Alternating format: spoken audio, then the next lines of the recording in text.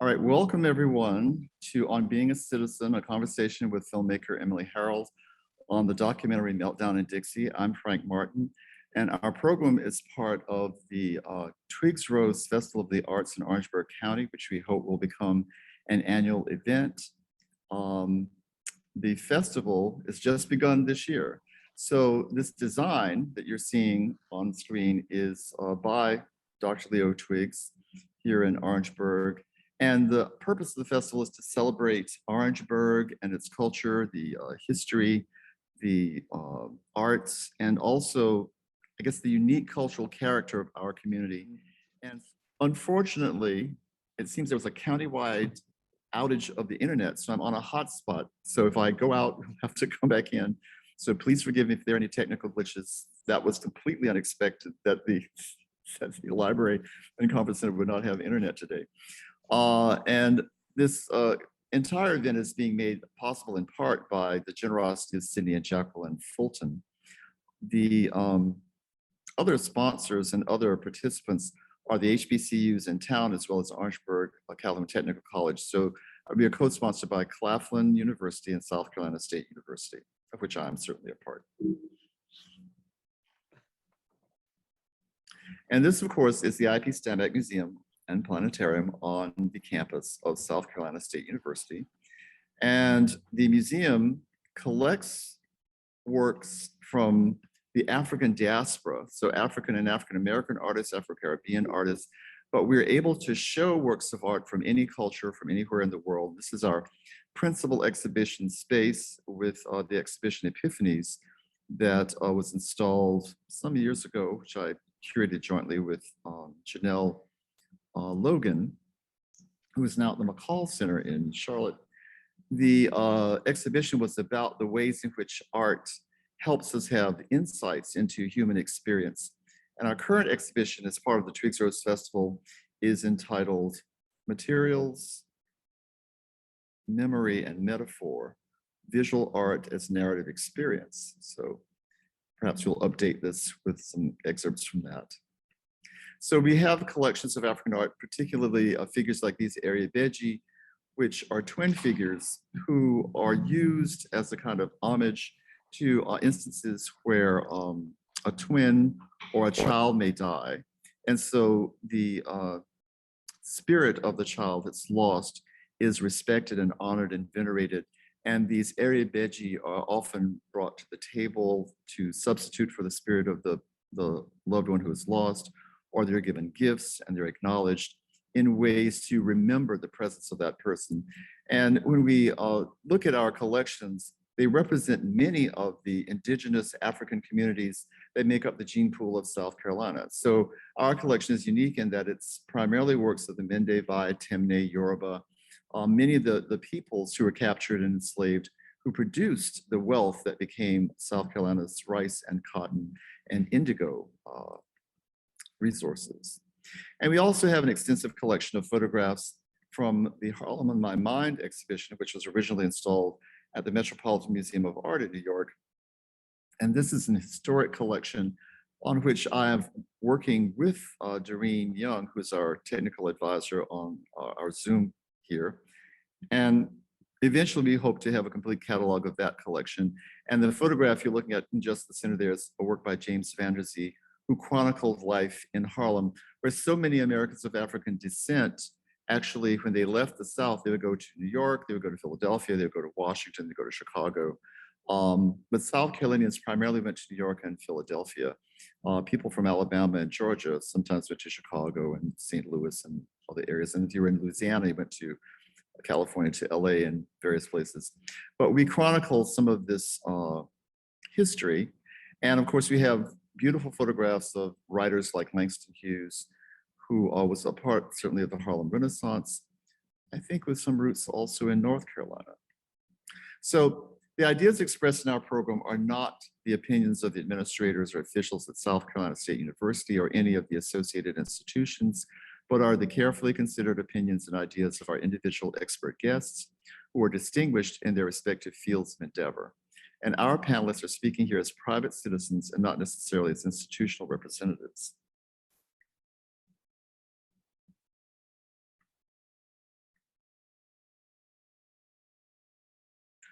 Our special guest today is filmmaker Emily Harrold.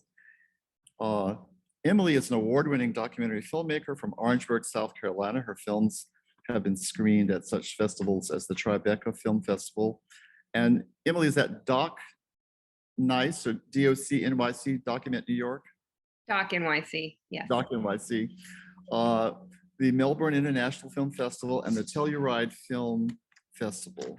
Most recently, she produced and directed a feature documentary, While I Breathe, I Hope, which is the state motto, Dom Spiro Spero, which was actually about the politician, the very young politician, and CNN commentator and MSNBC commentator, Bakari Sellers, which won the Documentary Audience Award at the 2018 New Orleans Film Festival and premiered on World Channel's Afropop series in 2019. And Emily is also a part of the team behind Discovery's Tigerland in the Sundance, I guess it's shown at Sundance in 2019, and National Geographic's Ron Howard directed Rebuilding Paradise. Everyone knows Ron Howard. He played Opie on Andy Griffith and is a world-renowned director now, which was at Sundance in 2020. She's worked on documentary films for PBS's American Experience series and is a graduate of New York University's Tisch School of the Arts. And Emily's a member of Film Fatales, which I'd like to hear more about later on, which sounds very exciting. Her new project that's in the works is on Orangeburg native and current chairman of the Democratic National Committee, Jamie Harrison. And Emily, did you go to school with Jamie? No, he was a student of my mom's when she was a teacher at Orangeburg Wilkinson, and I was a toddler basically when he was in high school. So I met him when I was like 3 or 4 years old. But did he babysit for you? I'm trying to remember. He was a babysit. That's what, yes, okay. That's what it was. Okay. So I knew there was a connection. And that's a project that's in the works. But our discussion today is going to center on Emily's award-winning documentary about local culture in Orangeburg, Meltdown in Dixie. And to offer a little of context, this film has been shown at all of these festivals. It is already garnering a great deal of attention. It's being shown internationally, and it's introducing conversations that we in Orangeburg also need to have. And joining part of our conversation also will be Ms. Barbara Williams, who is an educator here in Orangeburg County, and who is also the president of Orangeburg chapter of the NAACP.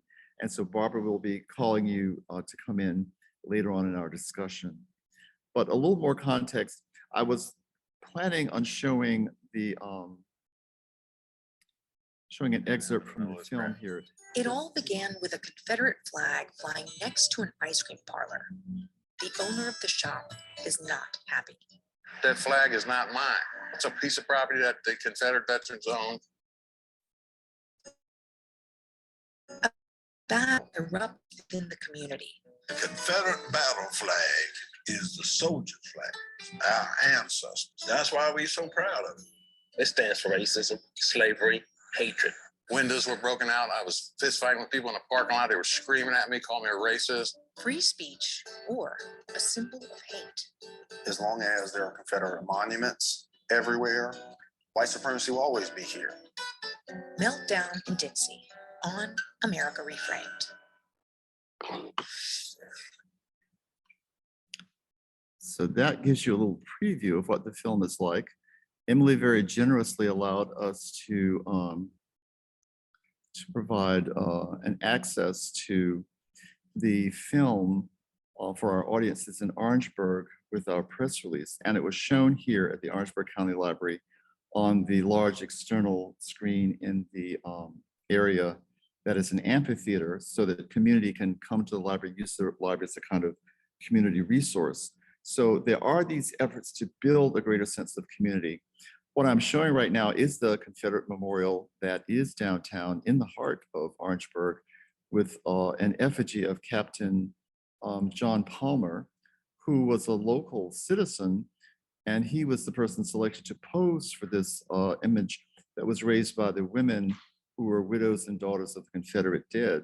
So there are family connections to the erection of this monument, which makes it something, I guess, that's cherished by some members of the community. But for others, it stands for something else. It stands for a reminder of the past and of slavery. And of course, the flag has featured so prominently in demonstrations. This is actually Barbara's husband, Cecil Williams, is a documentarian for the civil rights movement. And this was a Ku Klux Klan rally held in downtown Orangeburg in 1963, which prominently shows this version of the flag that is reproducing the image that had been designed by William Porcher Miles, who was actually a former, after the war, was a former mayor of Charleston. So there are some very direct links in South Carolina to this particular iteration of the flag, as opposed to what's called the Bonnie Blue flag with the circle of the states of the Confederate States of America and the red, white, and blue, the red and white stripes. And of course, local artist Dr. Leo Twiggs often shows this image as a symbol of Southernness in his batik paintings. And in his works, always the flag, it looks like an artifact. It has the atmosphere of a remnant, as opposed to being a sort of vital part of modern life. It is a memory. It's a metaphor for things about our Southern identity that we'll be discussing as part of our program. And this is the flag that was flying over the Edisto Creamery, about which Emily made the film. Now, in this context, we also have just recently established in Orangeburg the memorials to the 3 young men who were killed during the Orangeburg Massacre, Henry Smith, Samuel Hammond, and Delano Middleton. And that's another work of art that is going to bring forth memories. This is the portrait of Henry Smith by Cecil Williams, which Tolulope Filani, who is the chairman of the art department at South Carolina State, transformed into a 3-dimensional bronze work. And at the same time he did this, and he's commemorating the deaths of these 3 young men who were sacrificed in a way in the effort toward enhancing access to civil rights, because the students were trying to bring South Carolina into compliance with federal law, which had been passed in 1964 regarding public accommodations, but the bowling alley in town was still segregated. And so the students were trying to integrate that. And Henry Smith was one of the students who was killed, as was Samuel Hammond, again, a photograph by Cecil Williams that Dr. Filani transformed into this beautiful 3-dimensional work. And so was Delano Middleton, who was a high school student who did not actually participate in the demonstrations and was essentially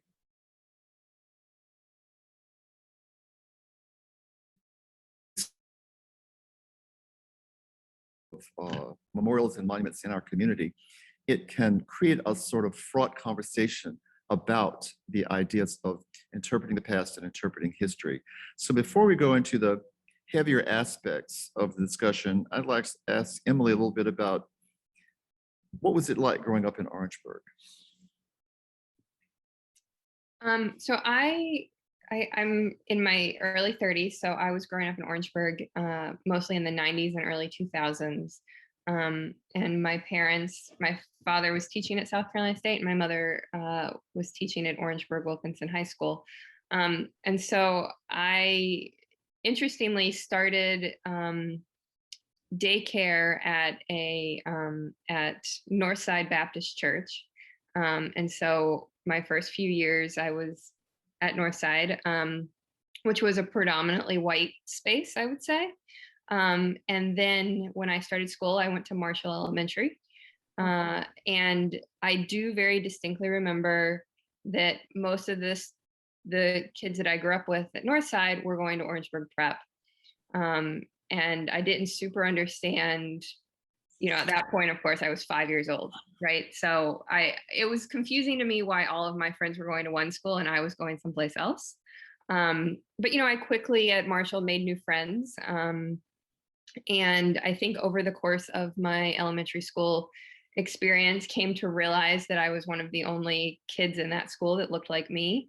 And by the time I was in middle school, I think I had a larger sense of that.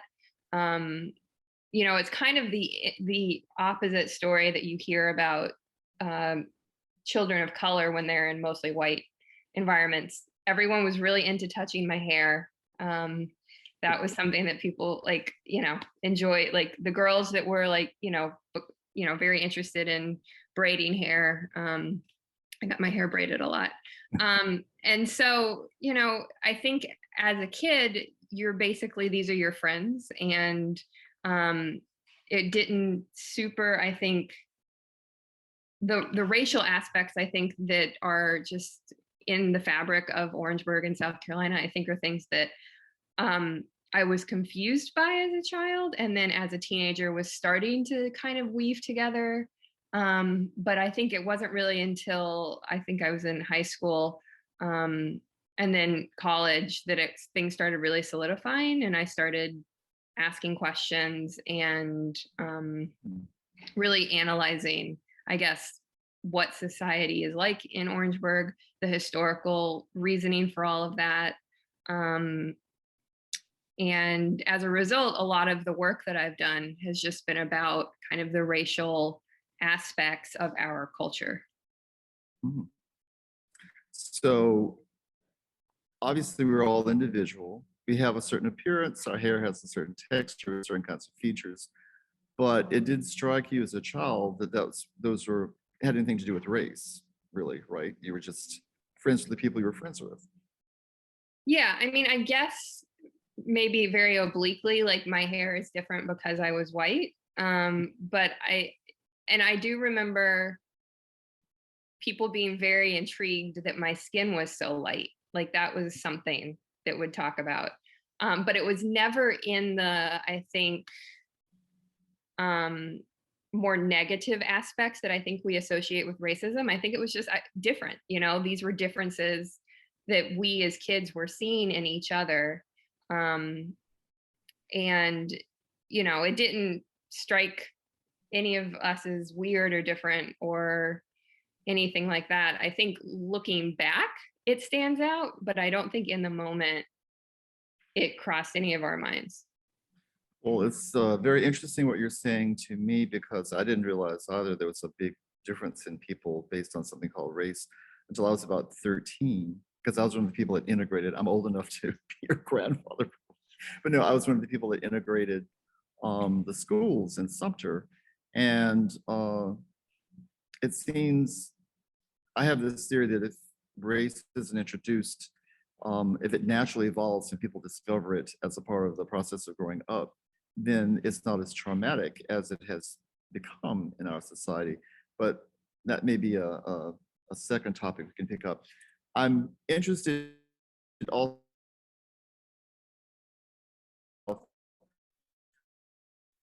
New York City as a place you wanted, and then the Tisch, which is a very prestigious, it's an excellent film school. And what made you decide that you wanted to attend New York University? So when I was in middle school, I mean, I guess you could even argue elementary school. I was in that era of time where and this may be still going, but project-based learning was very big. Okay. And so we had a lot of projects, and I very often would turn them into movies. So actually in third or fourth grade, while I was at Marshall, we were doing like a marine biology project, and I made a movie about dolphins. And it's ridiculous to look back at now because I had no idea what I was doing. But, again, retrospectively, I can see how I was really interested in filmmaking. And so in high school, I had the opportunity to go to a film camp. And a number of the student teachers, they were in college and they were teaching us as high school students. And a number of them went to Tisch and went to NYU. And I think also growing up in Orangeburg, kind of what you alluded to, like New York is like the place to be. I remember I knew about Harlem and I knew about Brooklyn. And those were like, if you were from there, that was like the coolest thing ever. So I think implicitly, I was really interested in New York City. And then coupling that in high school, learning that there's this great film school in New York. You know, it wasn't as far away as Los Angeles. That was, I think, a step too far. And so that was the place I wanted to go. And I was really dedicated to making that happen and was very lucky to get in and, you know, moved there. And basically, you know, New York City is now my home. And I've had a great experience here. There's a lot of work here, which is also helpful. There are only a certain, I mean, the pandemic has loosened things up a bit, but you know, 2 or 3 years ago, there were only a few places you could live and work as a filmmaker. So Yeah, I guess the film industry is growing in Atlanta as well. If you wanted to come back south, and Charleston and Wilmington have been trying to introduce film as opportunities. So it's just interesting to me that you started out so early. So it was an interest that developed very early on. So I'm thinking you had a sort of, because film requires a kind of sequential narrative. You look at something happening and you have to decide, well, I want to film in this sequence. I want to present this narrative. So there's an automatic rhetoric that's involved. And with that in mind, what was it about the situation with the Creamery that really attracted your attention? sure. You know, I think growing up in Orangeburg and growing up with a very progressive family, you know, I, like many people probably on this call and from Orangeburg, knew about that location when it was Maurice's, and it was always a, you don't go there, like that's not a place we stop. We look the other way when we drive by. And so I think there was that, I don't know if curiosity is the right word, but interest in the location historically, because that flag had been there for most of my life, and had always been a symbol to me of hatred and division. And so when the Creamery opened, I think I, like everyone else, was really curious about the fact that the flag was still there. I didn't know at that point that it wasn't the owner that was flying it. So I thought the owner was choosing to keep the flag there. And so it was really revelatory when in 2016, Tommy decided to try and bring it down. And I just kept following the story, and eventually just, you know, when I decide to make a film, it's nothing where I've like thought about it. It's usually a very gut instinct. And I just had this gut feeling that something interesting was going to happen. I mean, I think maybe naively or idealistically, I hoped that the flag would come down and this would be my opportunity to document a symbol coming down that had, in my mind, been there forever and been a point of division in the community forever. But I also was really interested in exploring what the flag meant to our town and why it's such an enduring symbol. Because, you know, as I was figuring all of this stuff out, like one of the things I do very distinctly remember, going back to like what school I went to, is that in elementary school and middle school, Orangeburg Prep was still flying the Confederate flag. Oh, I didn't realize that. And so, yeah. And so like, and to get to school, my parents drove me by Orangeburg Prep. So, you know, it was really kind of baked into my understanding of where I went to school, which was who my community was. Like my friends were my community. And so this film, I think, was in part, I was thinking about how I can explore some of these issues that I feel like has really defined my, I guess, childhood and upbringing in Orangeburg. Well, I'm also thinking about when you were saying that you were in kindergarten and you're at the kindergarten at the Baptist, what was it? Northside. Northside Church. And I remember the ministry was there. It was actually very nice and pretty progressive. But there's that thing in South Carolina where the religions are often very separate. So all your friends in kindergarten looked one way, and then you got to the public school and your friends looked different. And did it cross your mind that those two communities didn't seem to intersect that much? It Is that- started to, I think in middle school it started to, but I don't think that fully solidified until I was in high school in my mind. And Little I kids- will, go ahead. No, I just said little kids aren't thinking about those things at all. Exactly.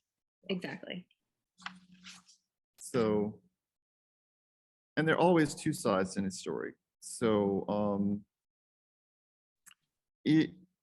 let's say that the point of view of the Sons of Confederate Veterans is comparatively unpopular now, I guess in many ways. And in the film, you show the process of investigation because Justin Bamberg, I wish we could have gotten to come on the call, went through with the idea of using the city ordinances, the city zoning laws, to see if he could bring the flag down because it was in an area zoned for commercial activity and the flag is an historical monument. And they were trying to see if that would work. And that didn't work, that because there was nothing in the zoning laws that said that you couldn't have a historical monument there. So it turns out that this was in a way a significant victory for the Sons of Confederate Veterans. So did it occur to you at all when you were doing this film that by memorializing that victory and showing their sense of triumph, that in some ways, although you'd intended to, what you thought the outcome would be that the flag would come down, and that didn't happen. So is that some sort of inadvertent support, you think, of what they were trying to do? Because I'm thinking that it was a justification for them. It seemed like it was. Yeah, that's an interesting question. And I guess to some extent you could read the film that way. I think for me, the thing that is more powerful about the outcome is to show just how organized and dedicated the Sons of Confederate Veterans in South Carolina still are.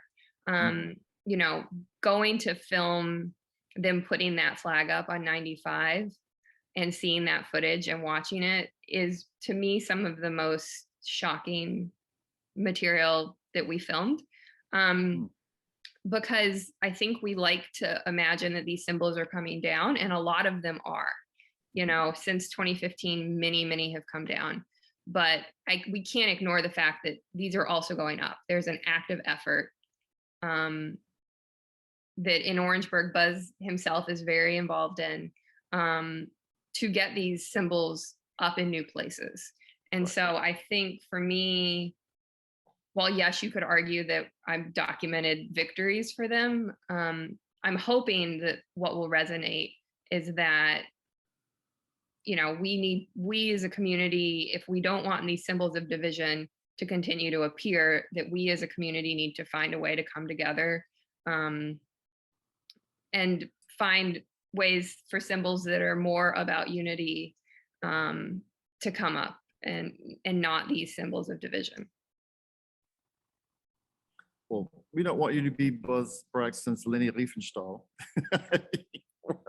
For people who don't know, Lenny Riefenstahl was actually the filmmaker who filmed these incredible pageants that Hitler used to organize. And she was a brilliant filmmaker. She's actually one of my favorites. She was also an actress before that, but she was an absolutely brilliant filmmaker. And she had a long career. She lived to be over 103, I think, and she continuously transformed what she was doing.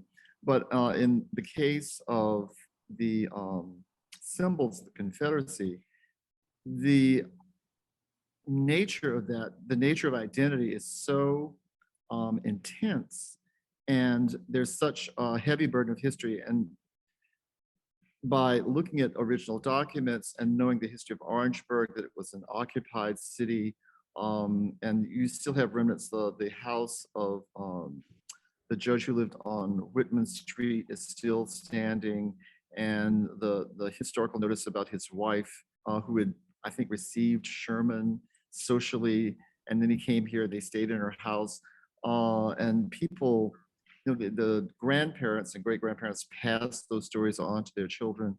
So it's, for some people, it's a living history. And like I said, the battle flag is designed by a South Carolinian, by William Portier Miles.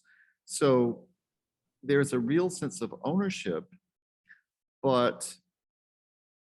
and in the film, Mr. Braxton openly says that the flying of the flag is intended to insult liberals, or as he referred to them as libtards. I'm trying to think if did you see in the process any point where it might be possible to open a discussion, where it might be possible for the community to understand each other and move forward? Was there any indication? Yeah, it's interesting thinking about that because, and I assume this is okay to share, but both Justin and Buzz were invited to take part in this discussion, and both of them declined because they did not want to be in conversation with each other. And so to me, the thing that was interesting about that and the film is that I was able to put them in conversation in a way that I guess at this point they're not willing to do. And so that does make conversations about how do we move forward difficult when the key players are not yet ready or comfortable to have a discussion. And I think that's something that we have to figure out, because I do think the way that we move forward is through understanding. And that was my intention with this film. It was difficult navigating all the various perspectives, but it was really important to me that I made a film that interrogated rather than preached to the choir or was for a very specific audience. I really wanted to try and investigate as objectively as I possibly could, because I was also aware that I've grown up with specific biases as well. And so I was really trying to step outside of that and acknowledge the fact that, like you said, people have very personal and long-lasting feelings on this issue that are very much in contrast with each other. And I think until we're able to get to the root of all of that, it's very difficult for people to be comfortable to talk about it openly. And so I think that's the first step, is that we have to figure out how do we create safe spaces to have these conversations. And, I think we're definitely seeing, like, I feel like in the past 5 to 7 years, it's been a really interesting shift culturally, because especially in South Carolina, we had the Charleston massacre, and that, I think, erupted a humongous amount of conversation around this issue. And then on the flip side, the election of Donald Trump emboldened a lot of people to speak out that had previously, in the last couple decades, been quiet. And then, of course, the summer of 2020 and the Black Lives Matter protests, I think, was another wave. So I think we are at a critical juncture where these conversations can happen. It's just a question of how can we as a community be willing to do that. And it's going to be difficult. And I think that's, this is not going to be easy. It's, this is America's original sin. Our country is over 400 years old now. And we haven't been able to work through it yet. So, but I think we just have to keep pushing. And that was ultimately what I wanted with this film, is for people in Orangeburg, for people around the country to start thinking about these issues. Well, immediately when you said a safe space to have these conversations, I thought a safe space to have unsafe conversations is going to be a little bit of a challenge to create. But with that in mind, I'm going to ask Barbara Williams to come into this conversation. And like I mentioned before, Barbara is the president of the local branch of the NAACP. And Barbara, can you hear us? Yeah, there you are. So we know that these public displays and representations of the Confederacy are legal and they're really a part of free speech. But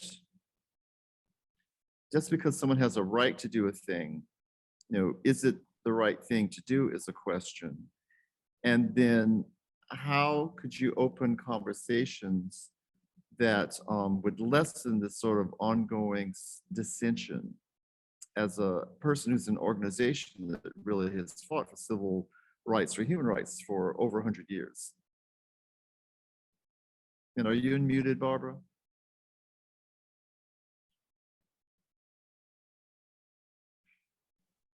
Can you hear me now?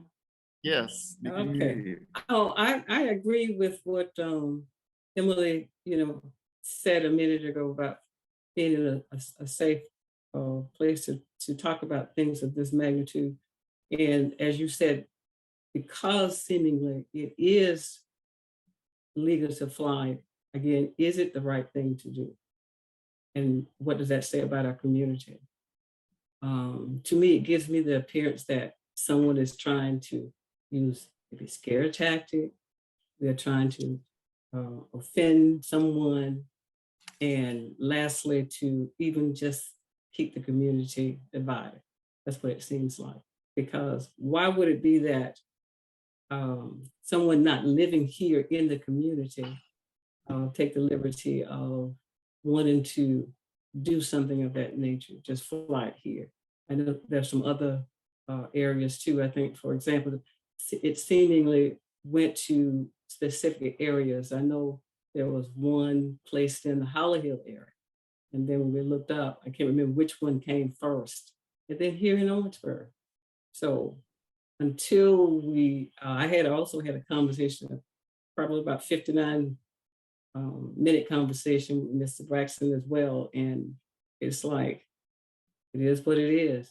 But something, I'm a firm believer. I just had something done in our neighborhood, and I'm a firm believer that just like the one that was up in Columbia, the time may not be just here yet, but it's going to come to that space. And we're looking, forward to that day happening. So far as, I think you asked something about what dissent was the question. You asked something else a minute ago. Oh, I was just saying that the symbols are sources of dissent. And Barbara, would you just tilt your computer screen down just a little bit? You're cut off just below your nose. Yeah, just tilt it towards you just a little bit more. Keep going. We want to see your whole face. Right now. Got it. There. Okay.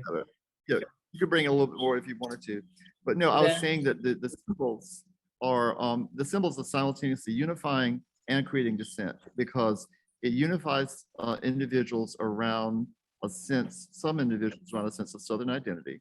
And at the same time, it is a reminder of some aspects of the community of the injustice of slavery, the injustice, racism of certain parts of our shared past, because it happened to all of our ancestors. It didn't just happen to some of them. And so how do we open these conversations? Like Emily just pointed out, we tried to get Justin, we tried to get Buzz to come just to talk.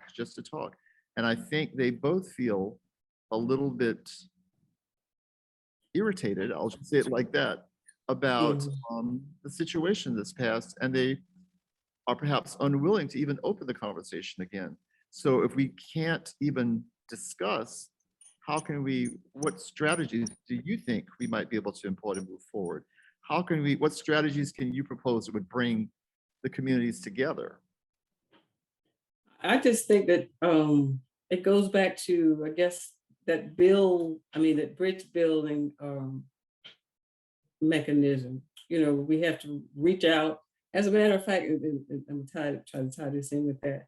I spoke to some people just the other day about getting even someone from that organization to come in. We're going to have to get really a diverse group of people with open mind to come in and really talk about some things as to the what, when, how, some of these things can to come about.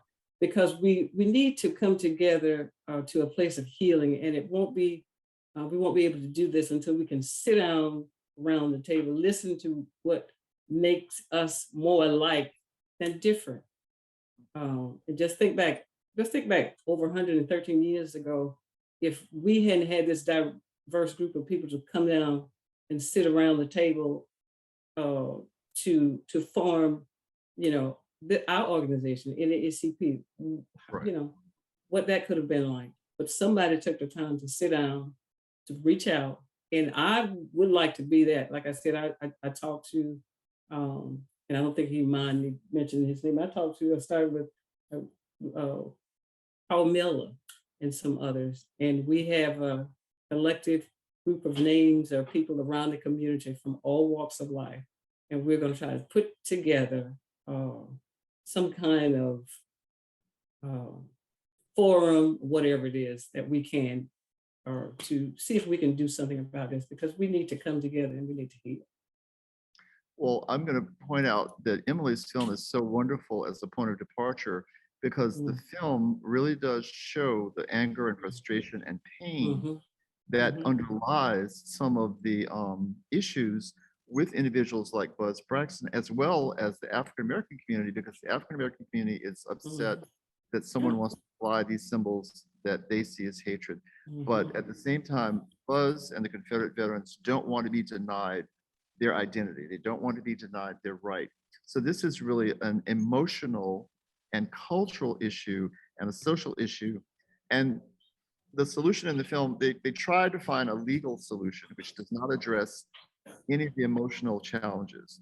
So my first question would be to Emily again. Since Emily, were you born in Orangeburg, or did your parents? You were born, so you're an indigenous Orangeburger. So, as a member of the Orangeburg community, what did you learn about your own hometown as you were making this film? What was brought forward for you? I think there were a lot of moments that I don't know if I implicitly understood, but then just seeing them be said and demonstrated really stood out. And I think one of the things that came through that particularly I think was highlighted by the work of the Orangeburg Revitalization Coalition is the fear that still exists in the community, especially in the older Black community. And I think it's epitomized by city leadership. Mayor Butler did participate. We have an interview with him. He's briefly in the film, but he was not eager to do that interview at all. And I think, what I interpreted as fear to make a statement or to be really out front on this, to me spoke to the built-in fear that still exists in our local leadership. I think what the Orangeburg Revitalization Coalition showed is that often it's the younger generations that push the older parts of the community forward. And the fact that they were really willing to make city council vote on this, vote on the statue downtown, was really striking, because I would say throughout the course of making the film, that was the only time I saw really significant activism happening around this issue. And, it's, I think on its face, and Justin talks about this in the film, on its face, it's confusing why this isn't a more activated issue. Like why people were kind of sitting back and not getting more involved. And I think that really just goes back to, at least for me, the thing that clicked for me is that people are still very afraid of coming out. And I hope it's okay that I share this, but Natalie Abel, who's one of the leaders of the Orangeburg Revitalization Coalition, her mother was afraid that she was doing what she was doing. Oh, wow. Very freaked out. And so, yeah, I mean, and we can't forget that I think the Orangeburg Massacre really epitomizes the violence that people have experienced, and people lived through that are still living. And when I made that connection, I think it really kind of, for me, helped me understand a bit why people weren't out in the streets, so. Right, I know John Graves is on here. I'm gonna try to bring him into the conversation later because I think he's part of the Orangeburg Revitalization Group. And we had a film earlier last week, and I spoke to Natalie in the library where we're located now. And I had hoped that she would also join this conversation. But I'll talk to John a little bit, see if he has some comments a little bit further on into the discussion. So you've already mentioned quite a few things that were really interesting, and that is very striking. That because there's I think a majority on the city council and even on the county council, it's a majority African American group, and they in the film clearly go with the determination made by the person who's in charge of zoning. And you mentioned also the organization of the Sons of Confederate Veterans across the state and actually across the region, because there are reenactments. There are certainly, I guess, consistent meetings and discussions. And I'm thinking it's a very strong political connection also with that group. So if you were to summarize some of the salient issues that you think were brought to the fore in the film, and that certainly is one of them, that there is still a palpable fear of opposing a group that's seen as this powerful. It was certainly would have been associated in the past with the Ku Klux Klan. What else is there in the film that might direct us toward future conversations that could lead to something constructive?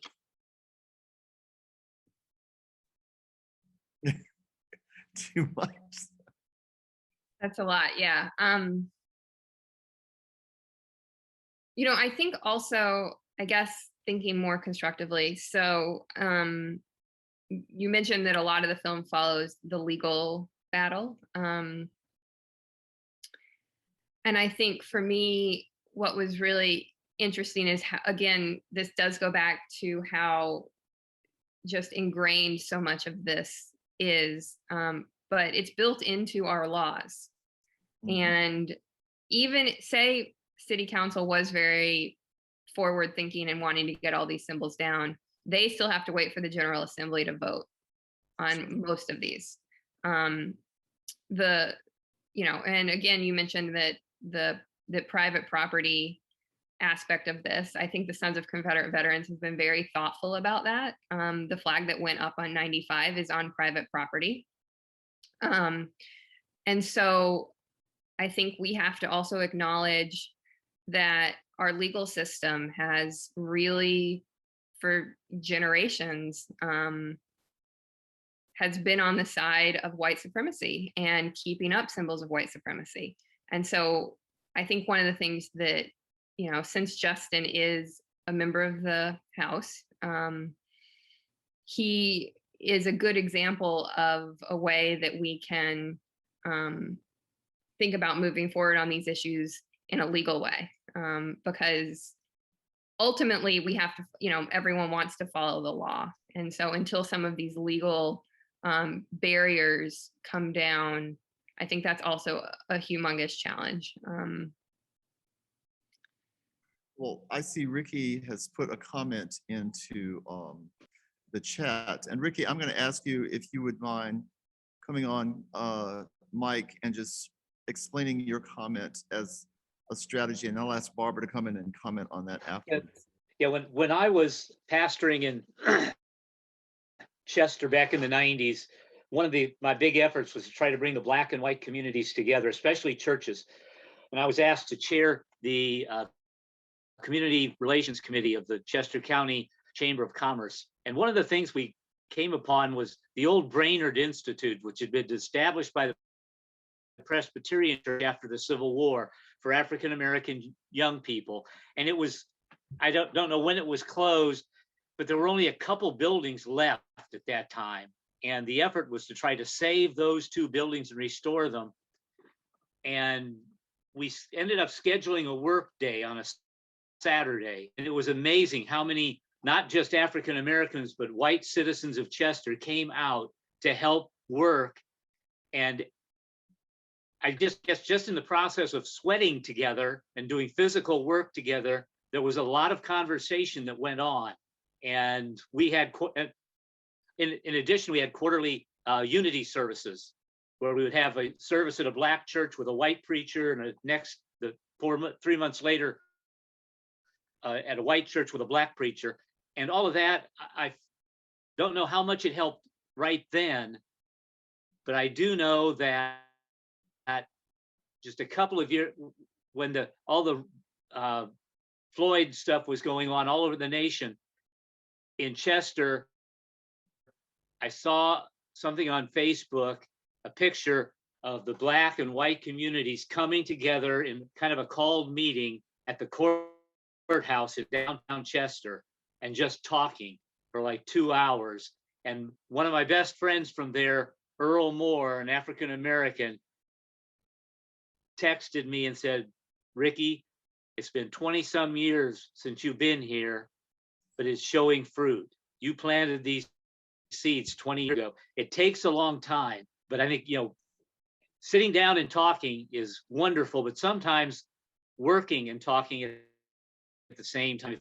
And I just jotted down a note about, I had heard something about the All-Star Bowling Alley, that there's a group is trying to restore it. And if there were ways to bring the community together to help with that project and not just make it this group and the National Park our National Park Service is also taking part. But if there were ways that we could have a work day there, that might help bring the communities together and talk. Because you come together like that and a lot of conversation goes on.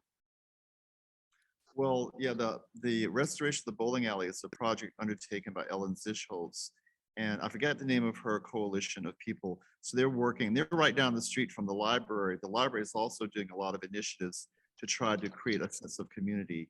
So good, yeah. And the library is, and as you know, because you came to watch the film outside, that's right. the library is helping to sponsor us in doing these discussions. But good. For me, talking is also work. And yes, I see what you're saying. If people collaborate and work together to build something, that gives them a different view. That's absolutely right. That's an excellent idea. Barbara, do you have any comment about that? Because you might be part of the organization that maybe you and Ricky should have a conversation. I was just going to ask Ricky, do you live here in Orangeburg? Yes, we've lived here for about 10 and a half years. I have been pastoring 2 churches in Earhart, but this week I'm now the pastor at Orangeburg Lutheran Church, and I'm very interested in getting this church more into the community. So I'm going to be working on that, but I want to get back to my experience in Chester, here in Orangeburg, we did a lot of work, and some of it was frustrating because I was the only white pastor in town who would take part, because the other pastors told me on the side they were afraid they'd be fired.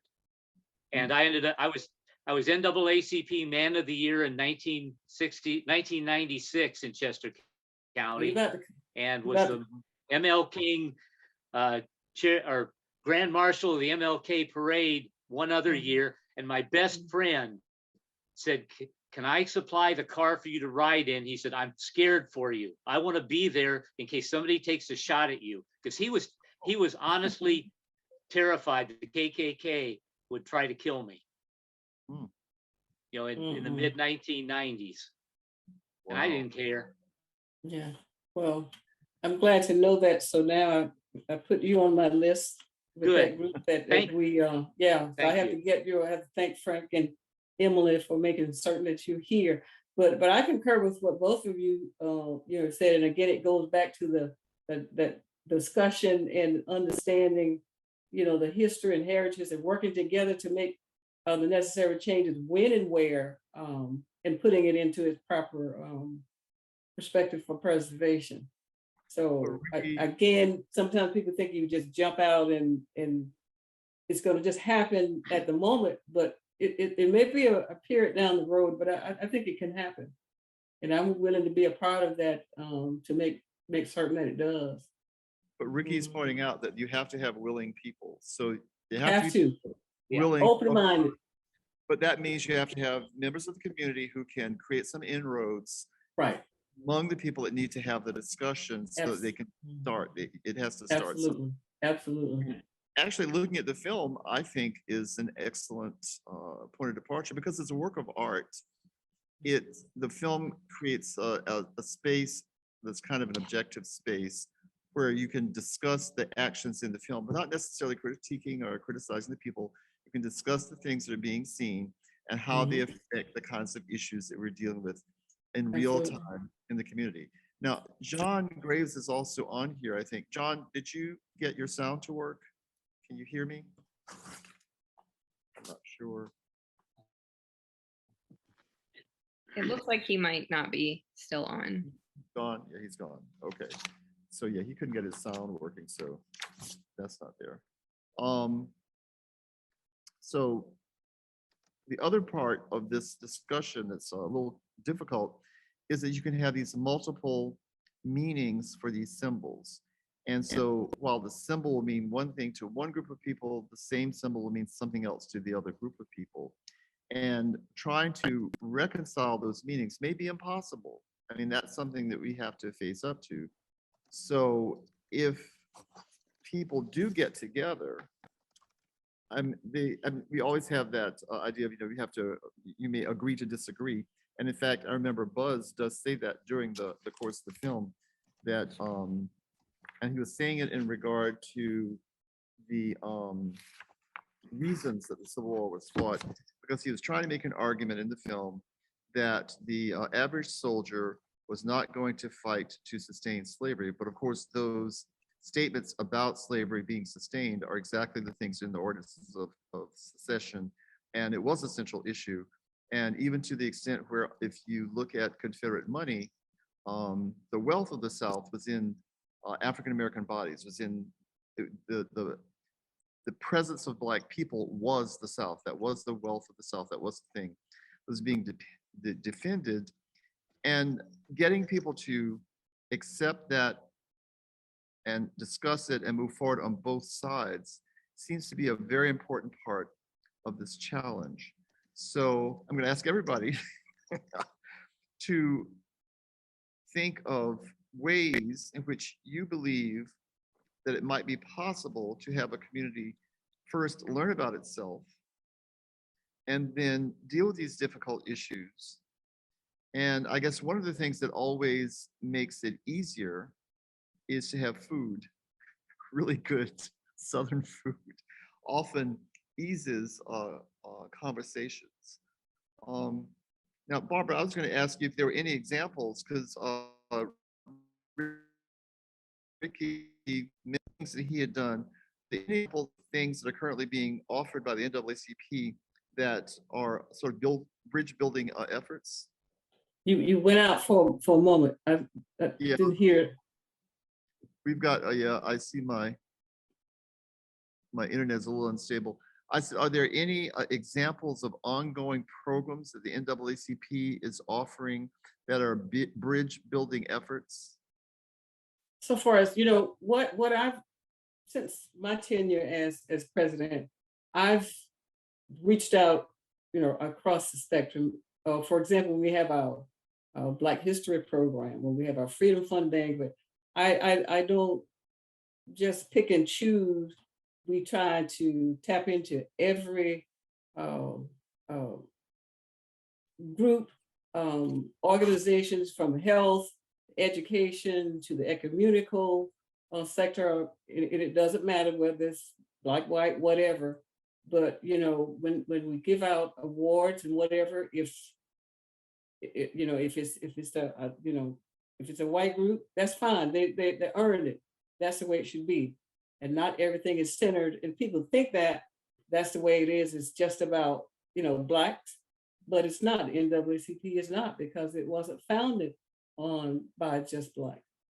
It was founded to, to take out discrimination, racial hatred, and justice, peace, equality for all.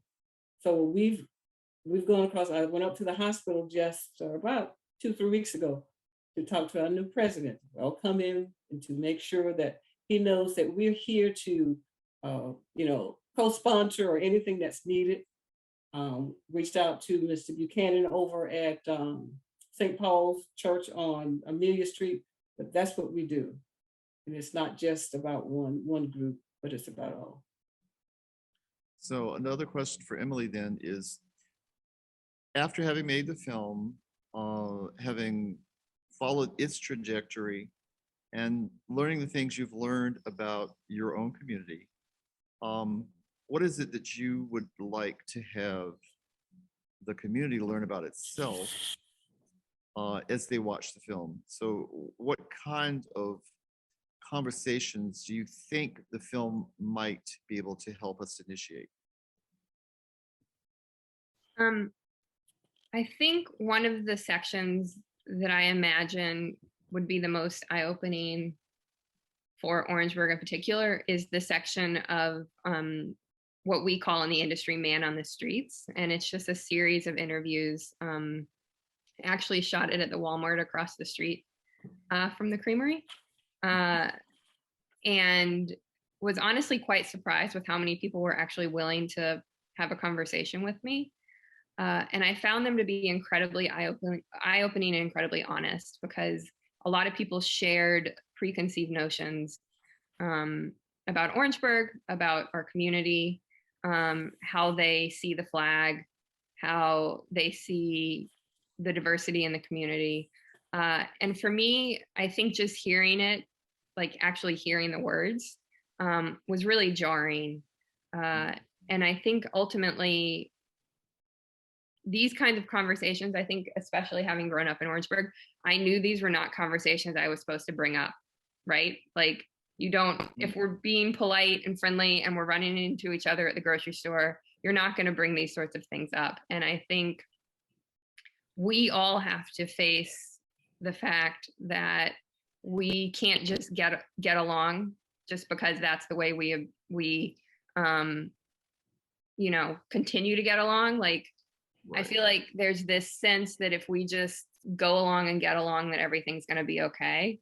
And I think ultimately that's what holds us back, is that nobody wants to create controversy. Nobody wants to create any sort of spectacle. And we don't want to push ourselves to get outside of our comfort zones. And I think we have to ultimately. And I will say, I think, it has been really encouraging to see some of the things that are happening in town. There's a group of pastors that have actively been creating community. It was just in the paper a couple weeks ago. And they are actively using fellowship and worship to create, cross experiences. And I think that's what we have to do. I think one of the things in following politicians, since a lot of my films are about politics, is they have this theme of like, meet people where they're at. Mm-hmm. And I think that's what we have to do on issues like this, is find places where people can have community naturally, and on that one-on-one basis. And then that is the basis in which we can then start unpacking some of these more difficult issues. So when Ricky was here, because I think he had a glitch, internet glitch as well.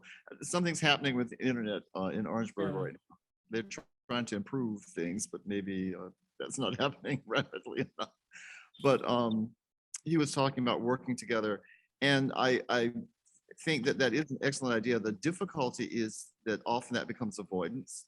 So we're working on a task, but we don't do the hard conversation you're talking about. We don't talk about the thing that's really controversial and that could be divisive unless we discuss it to the point where we're able to find some common ground. And that's where the hard work comes in. That's where it's I don't know what I would say. That's where it's controversial. That's where it's complicated. That's where it's difficult. So I wish that, I don't think anyone is on with us who is a supporter of the Sons of Confederate Veterans. But my question to them would be, and I posed this when Emily was here in town, and I did get a response from one of the members of the organization who was here at that time, that why would they fly the naval battle jack, when that is such a contentious symbol, when if they flew what's referred to as the Bonnie Blue flag, the blue field with the circle of stars and the the white and red stripes. And most people don't remember what that flag is for. They could still commemorate, they would still be able to cite heritage, they would still be able to honor within their community of Confederate veteran descendants that heritage, and that is actually the official flag of the Confederacy. So that could be addressed, and it wouldn't probably raise the same rancor.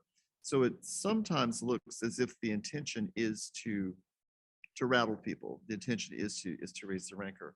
And I don't know, I don't have a solution for how to move beyond that. That's something that would be within the organization they would have to address. But I didn't know if either of you or anyone else in the call had any sort of ideas about, when we were talking about the past, because it's so fraught. Slavery was a horrifying institution. I can't think of any upside to that situation. And there's obviously great bitterness about the social and class divides that it's created, as well as the cultural problems. How do we begin to develop, as you were saying, the safe space and the language to go into these conversations that are unsafe, they're intrinsically unsafe conversations. So how can we develop that language? Must we do it collectively? Is someone supposed to go into a closed room somewhere and figure out how to do this? What are you thinking? And I'll ask Emily and then Barbara. I mean, I don't know if we have answers to those questions because they're so hard. I mean, not to be repetitive, but I agree that people have to be open and willing. And I think in Orangeburg, people are not open and willing yet. So I think it's taking the steps initially to get people in spaces together. Because while, I mean, I know some people may disagree with me, we have very divided spaces still in our communities. It's interesting to me that when things happen in the white community, people in the Black community potentially don't know about it, and vice versa. And you can kind of see it, interestingly, on social media, like who's friends with who. And the echo chambers that are happening on social media, I think, are reflective of the division that does still exist. And I mean, it's intrinsic in where do we go to school? Where do we go to church? What grocery stores do we shop at? You know, all of that is just, I think, built into the fabric of the community. And so I do think the first steps are the work that we're seeing, like I said, the organization of pastors, or the community spaces that do exist, like the young baseball league. Like when I see the pictures of that group, it's so diverse. And I think it's finding those community spaces that do not historically identify as a white space or a Black space or a more wealthy space or a more impoverished space, is finding those community spaces and really trying to build on that. And then I think from there, these conversations can happen, but I don't even think we're at that point yet, unfortunately. And I would welcome people to disagree with me, because maybe I'm not aware of some things that are happening in town, but I'm always very encouraged when I see pictures of diverse Orangeburg events, because I feel like I don't see that often. Barbara? I agree with Emily, and I disagree. I do think that there are far and few in between. I know some that I constantly keep in touch with, and I can say his name. He doesn't mind. Sibley, John Paul, and his family, and a few others. As a matter of fact, we tried to get a group of ladies together to do just what we're trying to do right now. And I think it got to the point where, like Emily may have said earlier, we had a few in there that they weren't open-minded until the person who were really trying to pull and keep this group together, she left town because she really, truly was sincere about what she was trying to do. And that's pulling us all together, as a race of people, not just black, white, whatever, but just, there was a good diverse group. And she ended up leaving Orangeburg because there was that pocket that says, in so many words, that's not what we want. But until again, we get that pocket that says, I'm going to listen, keep an open mind until we can get that together. It's not going to work. But I think it can and it will, because I'm like I said earlier, I am willing to be a part of that starting process. What struck me so much in the film was that Tommy and Debbie Darris were literally driven out of town. They came here with high hopes, and they came here to create an economic benefit in Orangeburg. They're a concern that was going to provide jobs for people, and everybody loves ice cream. And they're down by the Ediston Gardens, and he said everything was so beautiful. And then this situation happened, and that was to me so tragic.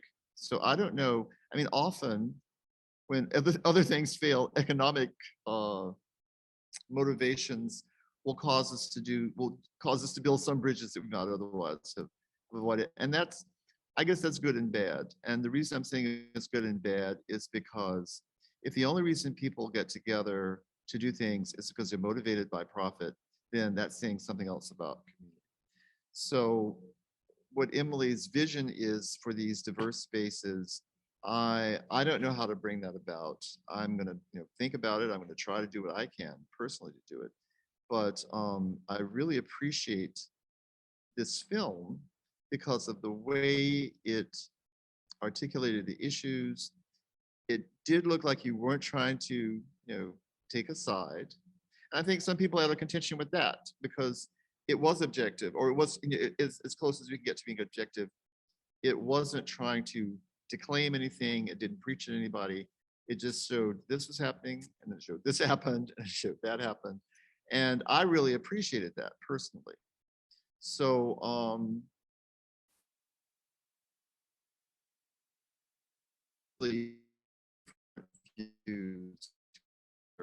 it looks like to me the challenge.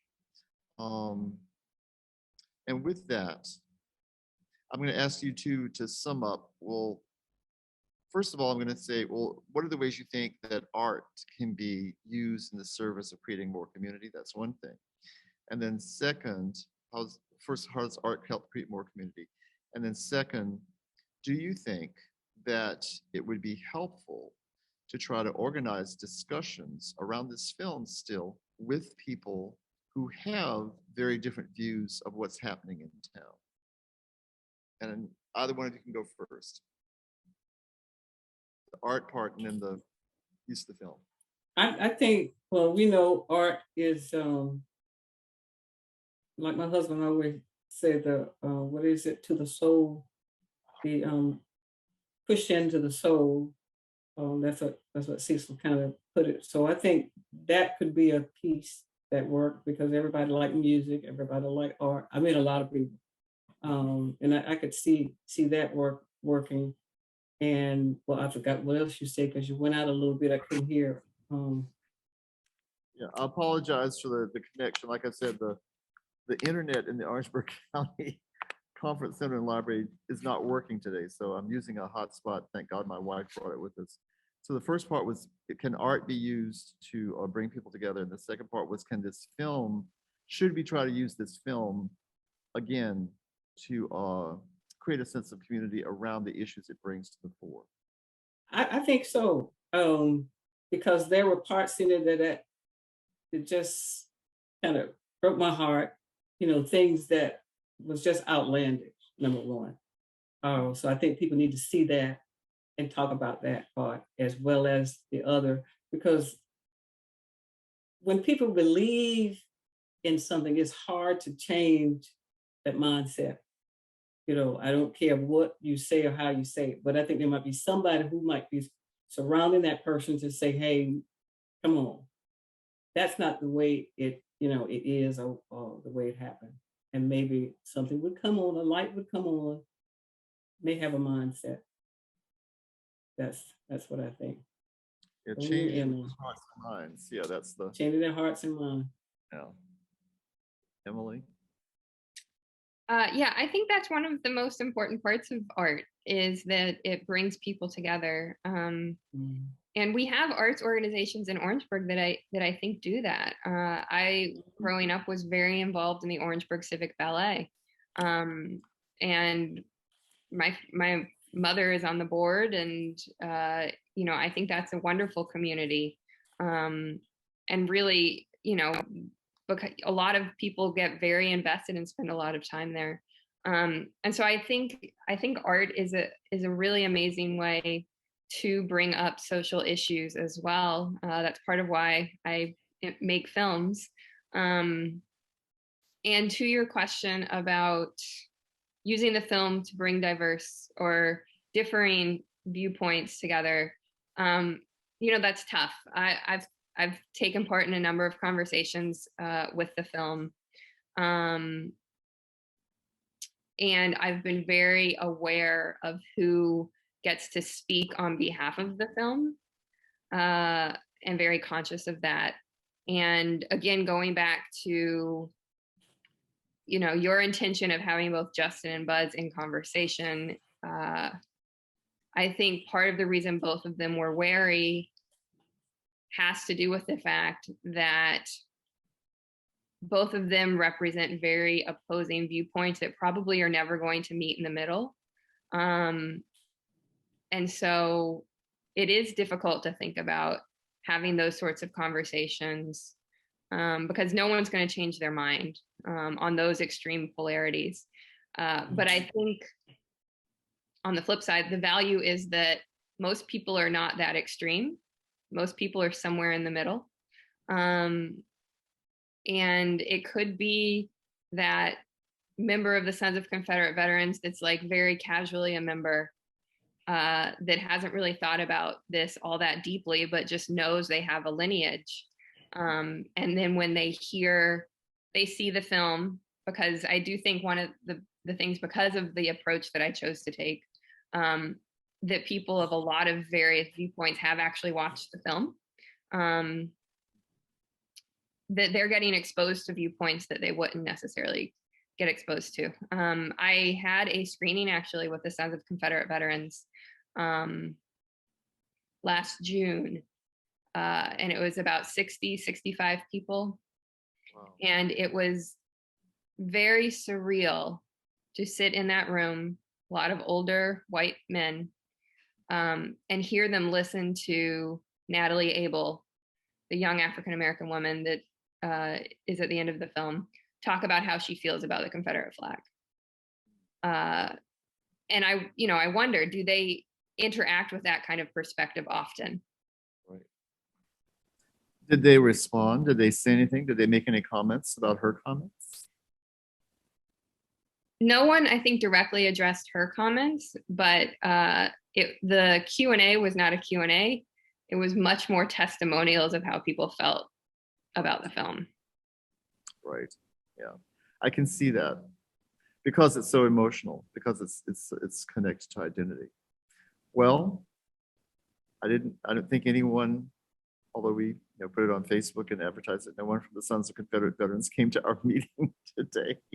So maybe they don't want to. Maybe they've got a view of the world, and maybe they just want to hold on to that view, and they aren't interested. Anything that even sounds vaguely progressive may be somewhat offensive to someone like that. I don't know if they don't talk to it. Able to Well, find out. And I think we all exist in echo chambers, whether we recognize it or not. True. So we should all make an effort to move out of our echo chamber. I mean, I certainly wanted to hear Buzz's view, but as he said, his attorneys advised him not to. So the law is the law. So with that, though, thank you both so much for being with us today. I'm going to try and conclude our program. Delano Middleton, one of the victims of the Orangeburg massacre. The wonderful thing about Dr. Tallulah P. Filani's memorial on the campus of South Carolina State is that it unites this HBCU with this 1,000-year-old tradition of naturalistic bronze casting. And that's quite a unique contribution to our student body. And this is another monument on the State House grounds, which brings to the fore some of the issues that the film brought up, because the monument, the memorial to African Americans, is not integrated within the complex of the State House grounds. It's a separate memorial. It has a wall between it and the State House. It doesn't name any particular historic figures, unlike the other memorials there. So there are a lot of discussions that need to be held in South Carolina around these issues of identity. But with that, I'd like to thank our wonderful guest, Emily Harrold, for her beautiful work on the film Meltdown and Dixie, and Barbara Williams, who's the chief of the president of the NAACP. And this program was brought to our audience by the IP Standback Museum and Planetarium at South Carolina State University, and is co-sponsored in part of the South Carolina Progressive Network and the Majeska Simpkins School for Human Rights, both organizations that are about discourse and dialogue and learning about the history of South Carolina. And this discussion is going to be followed by a concert on the campus of South Carolina State University, beginning at 7:15 p.m. with jazz stylist Willie Bradley and his ensemble. And that's going to be held in the outdoor amphitheater courtyard of the Fine Arts Building because, of course, COVID protocols, which is one of the reasons why we're having this discussion on Zoom. And there will be more festivities as part of the TWIGGS Rose Festival, both tomorrow and on Saturday, and all the way into next week. So everyone, when this is posted to Facebook, be on the lookout for more programming as part of the TWIGGS Rose Festival of the Arts. This concludes our conversation with filmmaker Emily Harrold and our special guest, Mrs. Barbara Williams, who is president of the NAACP in Orangeburg County. And this program has been sponsored in part by the IP Standback Museum. I'm Frank Martin, director of the Museum and Planetarium at South Carolina State University. And our partners in the community include South Carolina Progressive Network and the Majeska Simpkins School for Human Rights, both organizations that are crucial in having these very important conversations concerning how we may move forward in our increasingly diverse society. So this event is or has been part of the TWIGGS Rose Festival of the Arts in celebration of local HBCUs and higher educational institutions in Orangeburg County, and it's supported in part by the Orangeburg County Library and Conference Center and the Orangeburg County Council through the generosity of Sydney and Jacqueline Fulton. Thank you all for attending, and good evening.